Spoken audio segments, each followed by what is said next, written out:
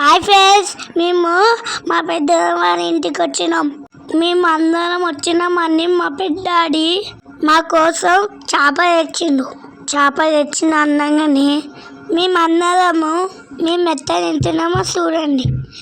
ఒక పెద్ద ఒక తలకాయ చిన్నది 3 తెచ్చిండు. కనీసం మేము కూర్చొని తింటాము, మేము నిలబడి తిన్నాం.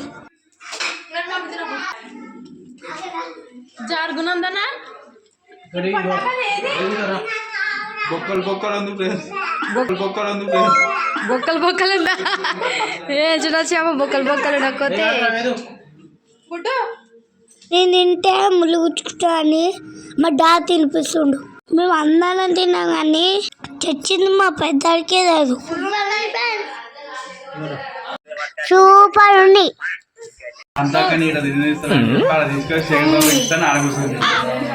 అప్పుడు తింటున్నదా?